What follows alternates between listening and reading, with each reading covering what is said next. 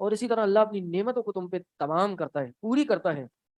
اس لیے بھائی لعلکم تسلمون، تاکہ تم فرما بردار بن جاؤ. یہ تمہیں دی اس لیے ہے.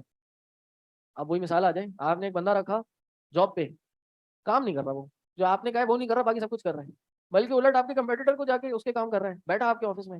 اب آپ اس کو گنوائیں گے، بھائی تمہیں میں نے کرسی دی ہے، تمہیں ایک ماحول دیا ہے، تمہیں میں ساری انفارمیشن دے رہا ہوں، تم آئے یہاں تھے جب تمہیں کچھ پتا نہیں تھا، 5 سال ٹریننگ میں نے دی تمہیں، اب تم تنخواہ بھی مجھ سے لے رہے ہو، کھا بھی میرا رہے ہو، لیکن مدد کسی اور کی کر رہے ہو. یہ سب چیزیں میں تمہیں بتا رہا ہوں تاکہ بھائی واپس سیدھے ہو جاؤ، تم میرا کام کرو. یہی بات ہے، اللہ بھی ہمارے ساتھ کر رہا ہے. فَإِن تَوَلَّوْا فَإِنَّمَا عَلَيْكَ الْبَلَاغُ الْمُبِينُ، بس اگر وہ پھر جائیں، اگر وہ پھر جائیں، فَإِنَّمَا عَلَيْكَ، بس آپ پر نہیں ہے سوائے اس کے، بلاغ المبین، واضح طور پر بات پہنچا دینا، پیغام پہنچانا آپ کا کام ہے. یعرفون نعمت اللہ ثم ينکرونها واکثرهم الکافرون، وہ اللہ کی نعمتوں کو پہچانتے ہیں، ثم ينکرونها، پھر اس کا انکار کر دیتے ہیں. یہ نعمت ہے اللہ کی، پھر اس کا انکار کرتے ہیں، اور اکثر لوگ کافر ہیں. یعنی نعمتوں کا انکار کرنا کفر ہے بھائی جان. نعمتوں کو اگر کوئی جھٹلا رہا ہے تو یہ کفر ہے. لئن شکرتم لازیدنکم، تم اگر شکر ادا کرو گے تو میں اور زیادہ دوں گا. ولئن کفرتم فإن عذابی لشدید، اگر تم کفر کرو تو میرا عذاب بہت شدید ہے. یعنی شکر گزاری اور ناشکری، ناشکری کو کفر کہا، اور یہاں بھی یہی کہا. وَيَوْمَ نَبْعَثُ مِنْ كُلِّ أُمَّةٍ شَهِيدًا ثُمَّ لَا يُؤْذَنُ لِلَّذِينَ كَفَرُوا وَلَا هُمْ يُسْتَعْتَبُونَ. پھر یاد کرو اس دن کو، یہاں پہ اصل میں محذوف ہے اذکر یوما، یاد کرو اس دن کو، نبعث من کل امت شہیدا، جس دن ہم ہر امت میں سے ایک شہید، ایک گواہ بنا کے لائیں گے.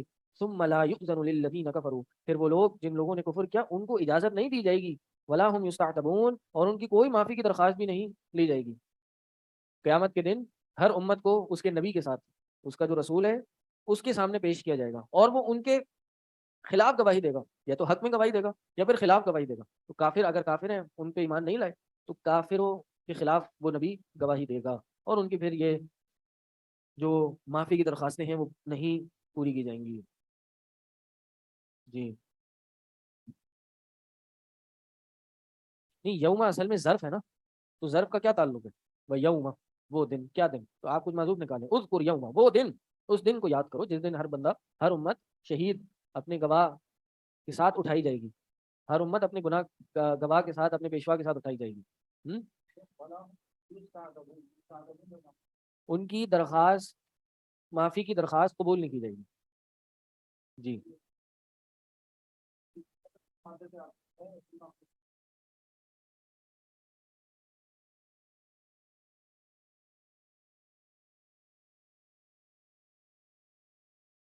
ایک،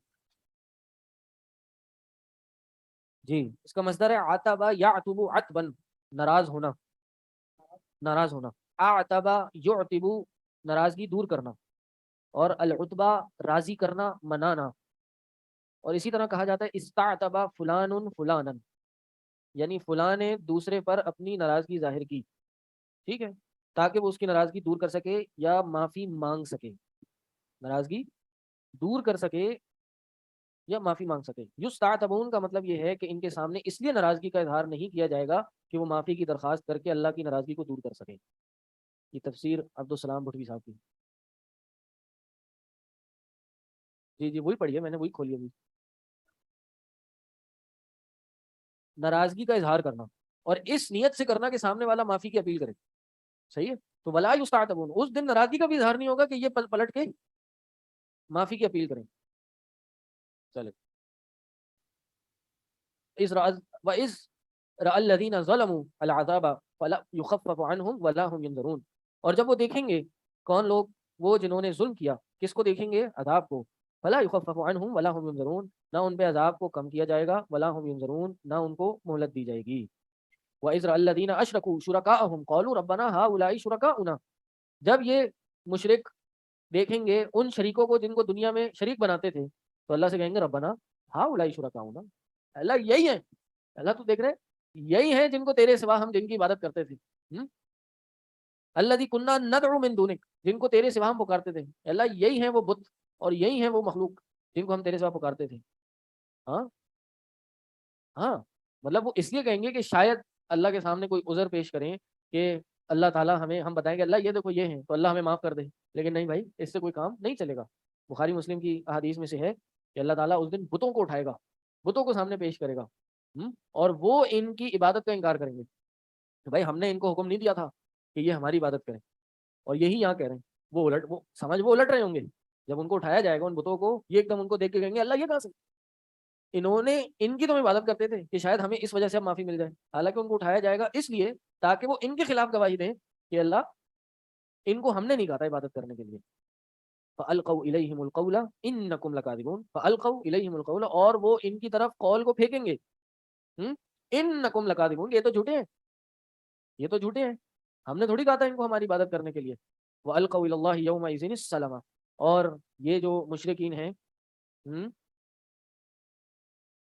یہ اللہ کے سامنے اس دن فرما برداری کو پیش کریں گے کہ اللہ اب ہم چلیں, دنیا میں تو ہم شرک کر کے آ گئے, دنیا میں تو ہم نافرمانی کر کے آ گئے, اب ہم آپ کے سامنے فرما بردار ہونے کو پیش کر رہے ہیں. وَضَلَّ عَنْهُمْ مَا كَانُوا يَعْلَمُونَ, لیکن پھر کیا ہوگا, ان سے ضل کھو جائے گا, گم ہو جائے گا, مَا كَانُوا يَفْتَرُونَ, جو وہ جھوٹ گڑا کرتے تھے. یعنی دنیا میں جو کرتے تھے اب یہ نہیں ہو سکتا. اب جو یہ ایک فرما بردار ہونا پیش کر رہے ہیں اب یہ نہیں ہو سکتا, اب وہ ختم ہو گیا. الذين كفروا وصدوا عن سبيل الله زدناهم عذابا فوق العذاب ما كانوا يفسدون, وہ لوگ جنہوں نے کفر کیا اور اللہ کے راستے سے روکا, زدناهم عذابا, ہم ان کا عذاب بڑھا دیں گے, یعنی دگنا عذاب ہوگا. کافروں کے لیے جو لوگوں کو گمراہ کرتے تھے ان کے لیے دو عذاب ہوں گے. کیوں دو عذاب ہوں گے؟ ایک تو وہ جو خود کفر کرتے تھے اور ایک وہ جو دوسروں کو گمراہ کرتے تھے, اس کا بھی عذاب ان پہ ہوگا. عذابا فوق العذاب بما كانوا يفسدون, جو وہ فساد کیا کرتے تھے. یہاں سے پھر انشاءاللہ کل پڑھیں گے, ابھی بھی ٹائم پورا ہو گیا, کل پھر تلاوت بھی یہاں سے سنیں گے جو ہم نے پڑھا ہے. سوال بھی انشاءاللہ بعد میں لیں گے. سبحانک اللہم و بحمدک اشہد ان لا الہ الا انت استغفرک و اتوب الیک. السلام.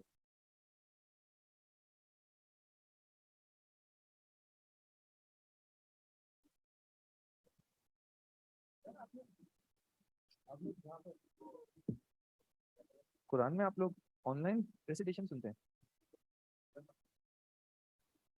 تو کیوں آپ لوگوں کو قرآن پڑھنا نہیں آتا کیا؟ شیخ صاحب کو آپ لوگ بولیں, اب یہ اچھی بات ہے یار, طلبہ علم قرآن نہیں پڑھتے ہیں آن لائن سنتے ہیں, واہ.